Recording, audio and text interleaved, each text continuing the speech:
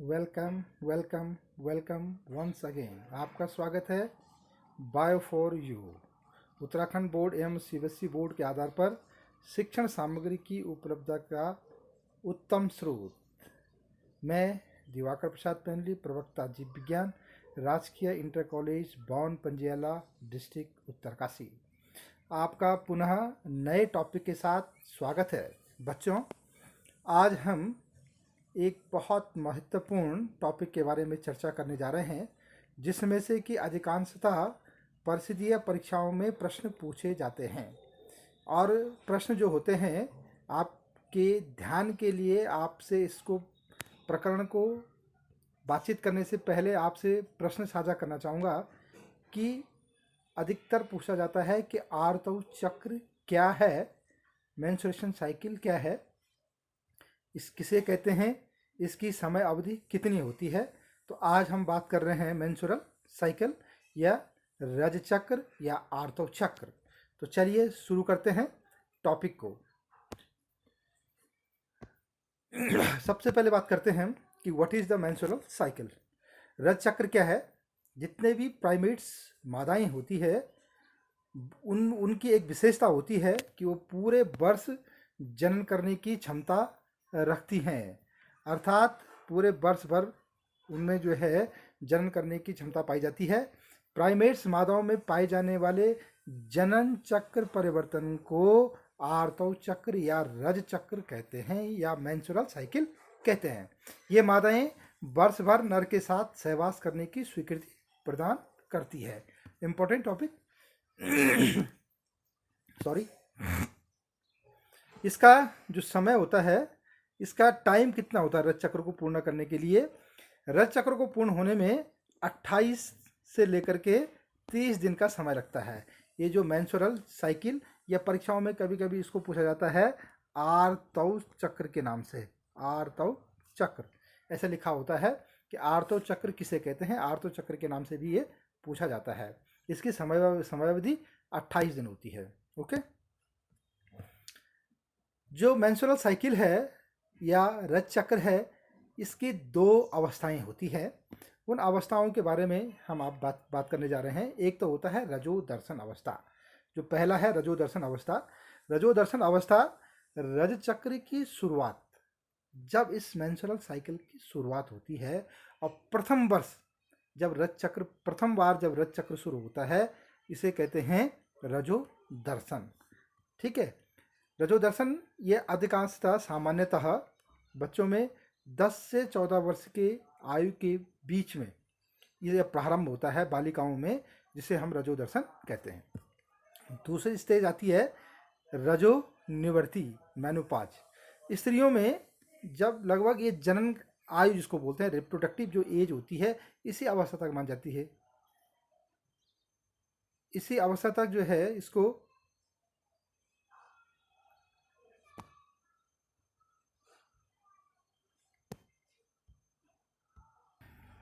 तो हम बात कर रहे थे, दूसरी जो स्टेज होती है उसको बोलते हैं रजो निवृत्ति, मेनोपॉज स्टेज। स्त्रियों में 45 से लेकर के 50 वर्ष की आयु तक, 45 से लेकर के, इसको हम करेक्ट कर देते हैं, 50 वर्ष की आयु तक, 45 से लेकर के 50 वर्ष की आयु तक इसको जो है हम कह सकते हैं ये रज चक्र की जब समाप्ति होती है तो इसे कहते हैं रजो निवृत्ति। इसके पश्चात स्त्रियों में जो जनरल रिप्रोडक्टिव एज होती है वो समाप्त हो जाती है। ओके।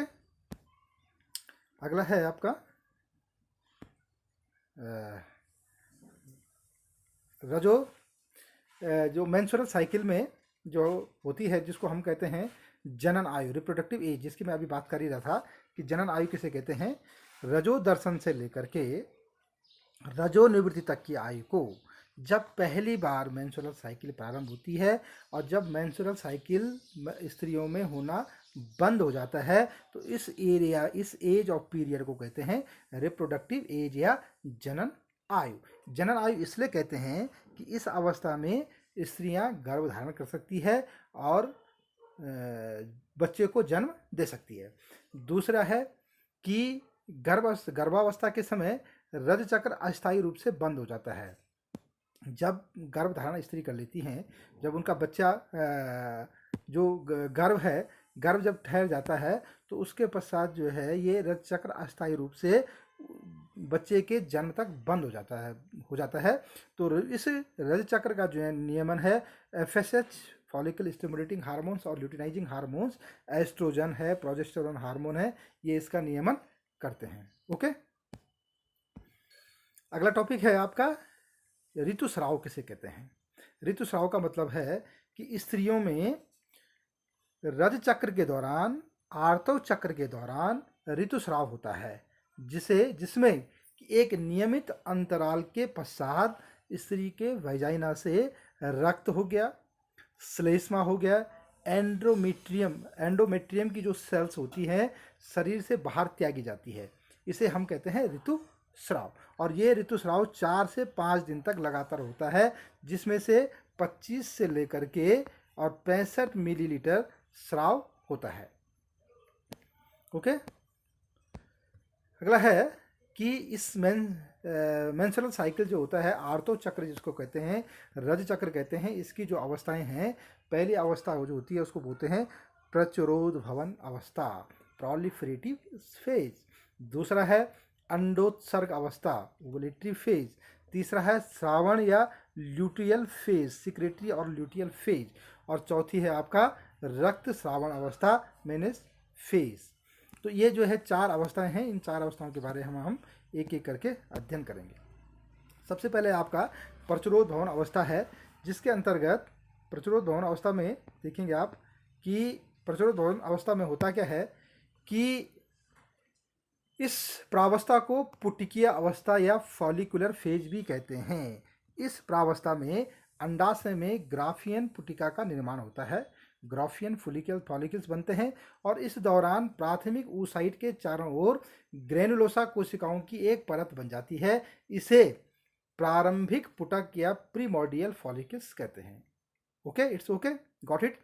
एफएसएच हार्मोन के प्रेरण से ग्रेनुलोसा कोशिकाओं की संख्या बढ़ती है और इससे प्राथमिक प्राइमरी फॉलिक्यूल का निर्माण हो जाता है। एफएसएच के प्रेरण से एक अंडाशय में लगभग 6 से लेकर के 12 जो प्राइमरी फॉलिक्यूल है तेजी से बहुत वृद्धि करने लगते हैं, और इसके पश्चात ग्रेनुलोसा की जो कोशिकाएं होती है, कोशिकाओं के बाहर एक मोटी परत जिसको बोल थीका का निर्माण हो जाता है।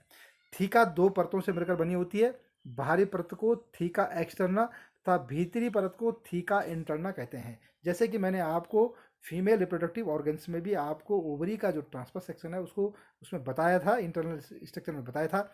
थीका एक्सटर्ना पुटक के कैप्सूल का कार्य करती है, जबकि थीका इंटरना एस्ट्रोजन हार्मोन का स्रावण करती है। इंपॉर्टेंट थिंग है, देखिए, जो थीका इंटरना जो लेयर बनती है वो एस्ट्रोजन हार्मोन का स्रावण करती है।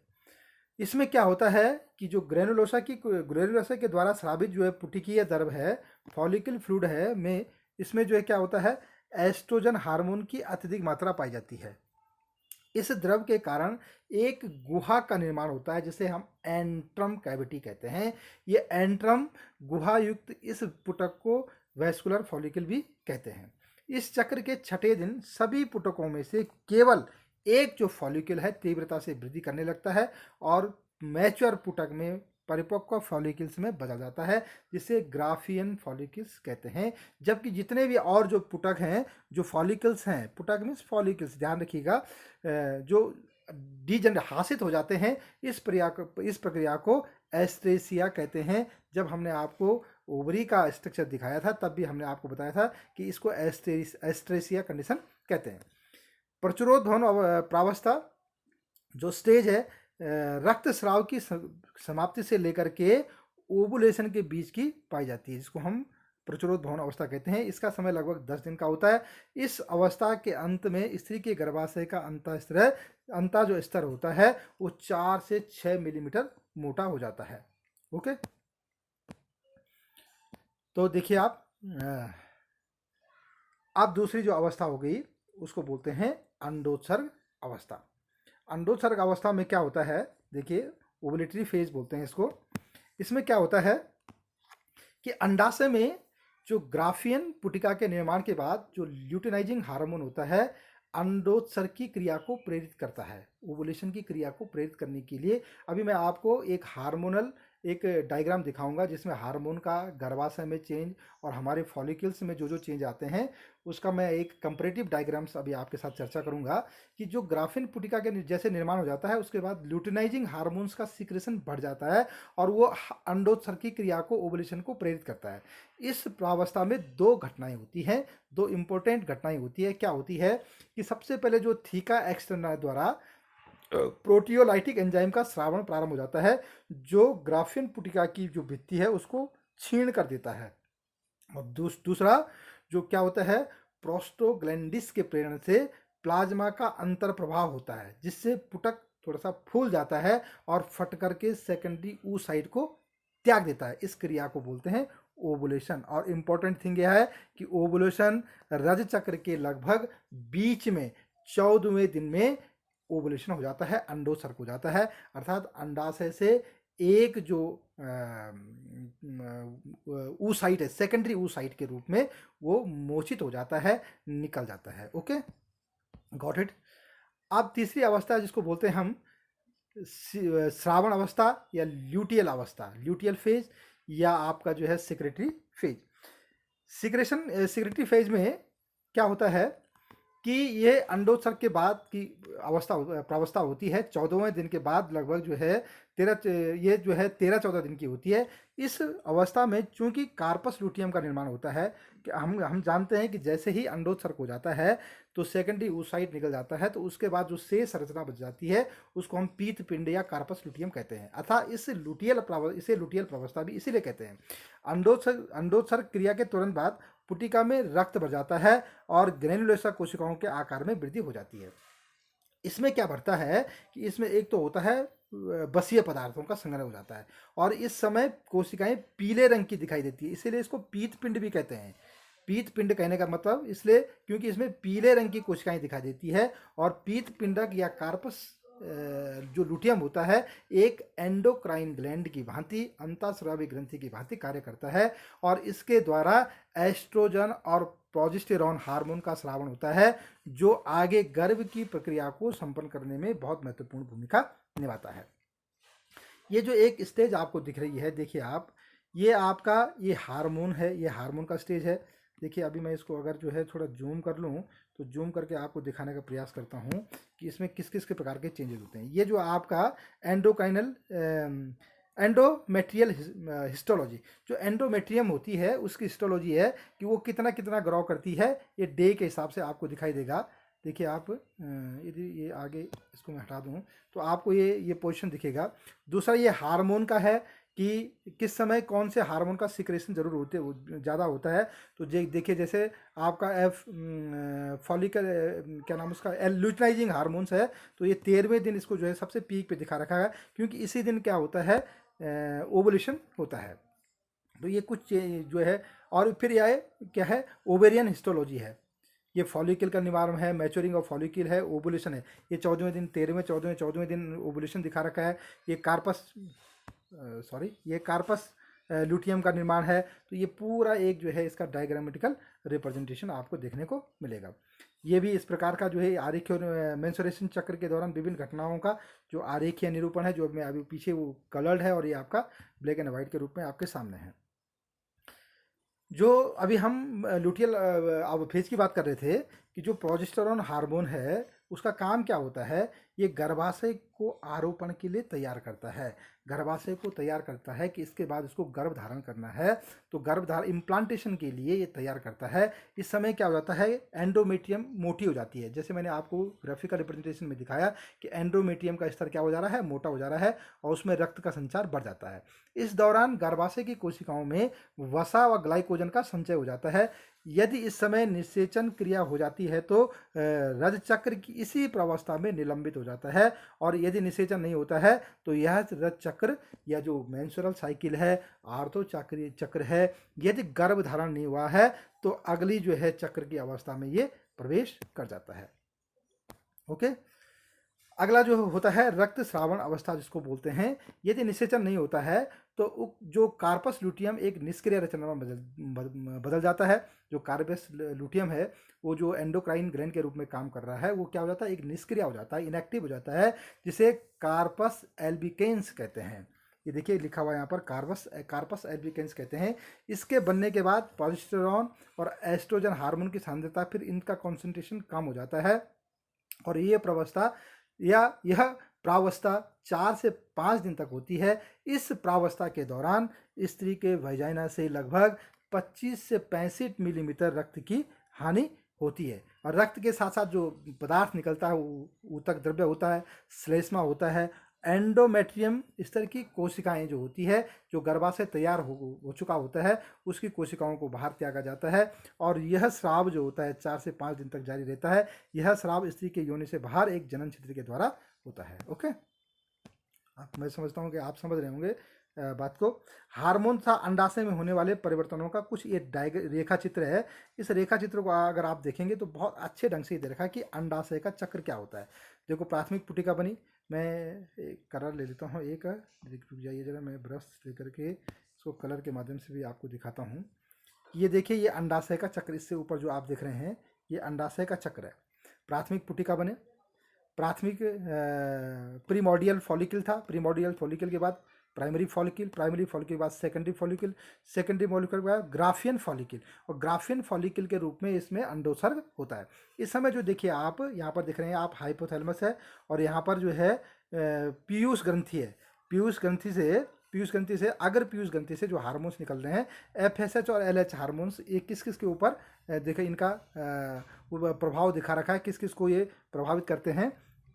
उसके बाद जब अंडोत्सर्ग हो जाता है तो अंडोत्सर्ग के बाद जो पीत पिंड कॉर्पस ल्यूटियम बनता है और कॉर्पस ल्यूटियम के बाद जब ये डीजनरेट होता है, खत्म होने शुरू इनएक्टिव हो जाता है तो कॉर्पस एल्बिकेंस बनता है। ये तो जो है अंडाशय का चक्र है। दूसरा अगर हम देखेंगे कि उसके पश्चात इसके अलावा देखेंगे आप अंडोत्सर्ग के बाद ये जो वो दिखा अंडाशय का चक्र है और यहाँ देखिए आप गर्भाशय का चक्र दिखा रखा है कि गर्भाशय में कौन कौन सी स्टेज होती हैं। इसमें यदि आप देखेंगे कि ये ऋतुस्राव का फेज दिखा रखा है आपका, देखिए ये वाला ऋतुस्राव का फेज है, ठीक है। और यहाँ पर क्या हो गया, प्रोलिफरेटिव फेज जो हमने पहले आपको दिखाई, ये प्रोलिफरेटिव फेज है। अब ये आप गर्भाशय भी तैयार हो रहा है उसके लिए, गर्भ धारण करने के लिए, एंडोमेट्रियम मोटी हो जा रही है। इस प्रकार से ये सेक्रेटरी फेज है जिसको क्या नाम उसका श्रावण अवस्था है और ये अगली वाली जो अवस्था है ये रक्तस्राव अवस्था है। तो ये गर्भाशय के स्टेज को दिखा रखा है। ये हार्मोन जो हार्मोन्स इसमें एक्टिव होते हैं उनके प्रभाव को दिखाने का प्रयास किया गया है। हार्मोन तथा अंडाशय में होने वाले आरेखीय परिवर्तन, ये आरेखीय परिवर्तन दिखा रखे हैं कि इसमें कौन कौन सा जो है किस प्रकार का परिवर्तन होता है। ये आपका फॉलिकुलर फेज है, ल्यूटियल फेज है, अलग अलग चीज़ों को अलग अलग ढंग से दिखाने का प्रयास किया गया है। मैं ये आपके पास जो है पीडीएफ के रूप में भी उपलब्ध होगी। हार्मोनल जो कंट्रोल है इसका, हार्मोनल कंट्रोल में अगर हम देखेंगे कि रज चक्र का जो हार्मोनल कंट्रोल है वो उसको हम इन बिंदुओं से समझ सकते हैं। थोड़ा सा आप ध्यान देंगे, देखिए किन किन बिंदुओं से समझ सकते हैं। एक तो सबसे पहले पीयूष ग्रंथि के हाइपोथैलेमस द्वारा गोनोडोट्रॉपिक मोचक हार्मोन्स जीएनआरएच का श्रावण किया जाता है, जो एडिनो हाइपोफाइसिस को एफएसएच तथा एलएच हार्मोन के श्रावण हेतु प्रेरित करता है। दूसरा आपका जो है फॉलिकल स्टिमुलेटिंग जो हार्मोन्स है, अंडाशय में पुटिकीय वृद्धि को, फॉलिकल्स की वृद्धि को प्रेरित करता है। एलएच जो है ल्यूटिनाइजिंग जो हार्मोन्स है उसका जो हाई कॉन्सेंट्रेशन है अंडाशय में वैस्कुलर पुटक के निर्माण को प्रेरित करता है। और तीसरा एलएच हार्मोन की उच्च सांद्रता, जब एलएच हार्मोन्स ज़्यादा, मैंने जैसे आपको ग्राफिकल रिप्रेजेंटेशन में बताया था कि 14वें दिन एलएच हार्मोन की मात्रा बढ़ जाती है, जिसके कारण से वो ओवुलेशन को, अंडोत्सर्ग को प्रेरित करता है। और इस हार्मोन्स के अभाव में अगर इसका एलएच हार्मोन की कमी हो जाए तो ओवुलेशन होना या अंडोत्सर्ग होना संभव नहीं है। अंडाशय के देखिए जो पुटिकीय अवस्था होती है इसमें देखेंगे आप कि ग्रेनुलोसा कोशिकाओं द्वारा एस्ट्रोजन हार्मोन का स्रावण होता है। यह इस हार्मोन के प्रेरणा से गर्भाशय की भित्ति एंडोमेट्रियम की मोटाई में, अभी हमने आपको बताया था कि जब जो 5 दिन का अंतराल होता है जब श्लेष्मा और एंडोमेट्रियम जनन अंग से बाहर निकलती है, तो ये एंडोमेट्रियम की जो भित्ति की मोटाई होती है, वो बड़ी हुई जो मोटाई है वो बाहर निकलती है। साथ ही गर्भाशय ग्रंथि की लंबाई में वृद्धि हो जाती है। अंडोत्सर्ग के बाद बनी कार्पस ल्यूटियम तथा प्रोजेस्टेरॉन व एस्ट्रोजन हार्मोन का स्रावन होता है। प्रोजेस्टेरॉन हार्मोन गर्भाशय को इम्प्लांटेशन के लिए, गर्भ धारण करने के लिए प्रेरित करता है और साथ ही गर्भाशय की ओर जो ब्लड की सप्लाई है, रक्त का जो फ्लो है उसको ब्लड की सप्लाई को बढ़ा देता है। कार्पस ल्यूटियम जैसे ही अपहासित हो जाती है, डीजनरेट हो जाती है, होने पर प्रोजेस्टेरॉन और एस्ट्रोजन की क्षमता घटने लगती है, जिससे एफएसएच तथा एलएच का पुनः जो सीक्रेशन वो बढ़ने लगता है और रज चक्र की प्रथम अवस्था की पुनः शुरुआत हो जाती है। ठीक है, ये आपका फिर एक मैंने डायग्रामेटिकल रिप्रेजेंटेशन है जिसको कि आप अच्छे से समझ सकते हैं। देखिए ये हार्मोन को दिखाने का प्रयास किया गया है। पहले भी मैंने आपको बताया है कि देखो, सबसे पहले है प्रीमोर्डियल फॉलिकल्स। अब यहाँ पर देखिए हार्मोन्स कौन कौन से, एफएसएच का संदमन। अब देखिए ये प्राथमिक पुटिका बन रहा है, उसके बाद वेस्कुलर फॉलिकल्स है, फिर आपका जो है ग्राफियन फॉलिकल्स बन गया। तो इसके ऊपर जब ग्राफियन फॉलिकल्स है तो ल्यूटिनाइजिंग हार्मोन्स देख लीजिए आप। ये फॉलिकल स्टिमुलेटिंग हार्मोन्स से फॉलिकल के निर्माण में और वृद्धि में काम कर रहे हैं। ल्यूटिनाइजिंग हार्मोन्स जो है इसके अंडोत्सर्ग को, ओवुलेशन को, जो ये स्टेज आपकी दिखा रखी है, अंडोत्सर्ग को प्रेरित करता है। उसके बाद कार्पस ल्यूटियम और जो है कार्पस एल्बिकेंस का निर्माण बनता है। यहाँ पर इनिवेटरी हो जाता है एलएच और एफएसएच ये और जैसे ही इससे निकलने वाले जो हार्मोन्स होते हैं, कार्पस ल्यूटियम से निकलने वाले जो हार्मोन्स होते हैं, वो गर्भाशय को गर्भ धारण करने के लिए तैयार करने का काम करते हैं। रज चक्र को जो प्रभावित करने वाले कारक हैं, आर्तो चक्र को जो प्रभावित करने वाले कारक हैं, उसमें से यदि हम देखेंगे सबसे पहले एक तो एज है। रज चक्र को प्रभावित करने वाला एक प्रमुख कारक है। यदि अपरिपक्व मादा में रज चक्र नहीं पाया जाता है, जो प्यूबर्टी जिसको यौवनावस्था के प्रारंभ होने पर 10 से 14 वर्ष की आयु में रज चक्र शुरू होता है। प्रथम बार रज चक्र की उपस्थिति को मैंने आपको कहा रजोदर्शन कहते हैं, जबकि 45 से 50 वर्ष की आयु के बाद रज चक्र की समाप्ति को मेनोपॉज या रजोनिवृत्ति कहते हैं। ठीक हो गया। एक दो कुछ टर्म और आप पूछे जाते हैं एक एक नंबर में कि गर्भावस्था किसे कहते हैं। तो गर्भावस्था निषेचन से शिशु जन्म की बीच की अवधि को, जब फर्टिलाइजेशन होता है वहाँ से लेकर के और शिशु के जन्म के बीच की अवधि को हम गर्भावस्था कहते हैं। और इस अवधि में रज चक्र का निलंबन हो जाता है। कुछ समय के लिए रज चक्र निलंबित हो जाता है, रुक जाता है, आर्तव चक्र रुक जाता है। और ये इंडिविजुअल टू इंडिविजुअल वैरी करता है, ये स्त्रियों में वैरी करता है। और क्योंकि गर्भाधान के द्वारा बना जो प्लेसेंटा है, अब इसमें बहुत इंपॉर्टेंट रोल कौन निभाता है, प्लेसेंटा, जिसको हम बोलते हैं प्लेसेंटा बोलते हैं। अर्थात ये आपने देखा होगा बच्चों में जो नाल होता है उसको प्लेसेंटा कहते हैं। तो प्लेसेंटा के द्वारा स्रावित एस्ट्रोजन तथा प्रोजेस्टेरॉन हार्मोन्स एफएसएच और एलएच का संदमन कर देते हैं। और जब एफएसएच और एलएच हार्मोन्स का स्रावन कम हो जाएगा तो क्या होता है, अगर इसका जो है एक सेकेंड है, ये जरा मैं इसको क्लियर कर लूँ, ये नहीं पर क्लियर हो जाएगा। ओके,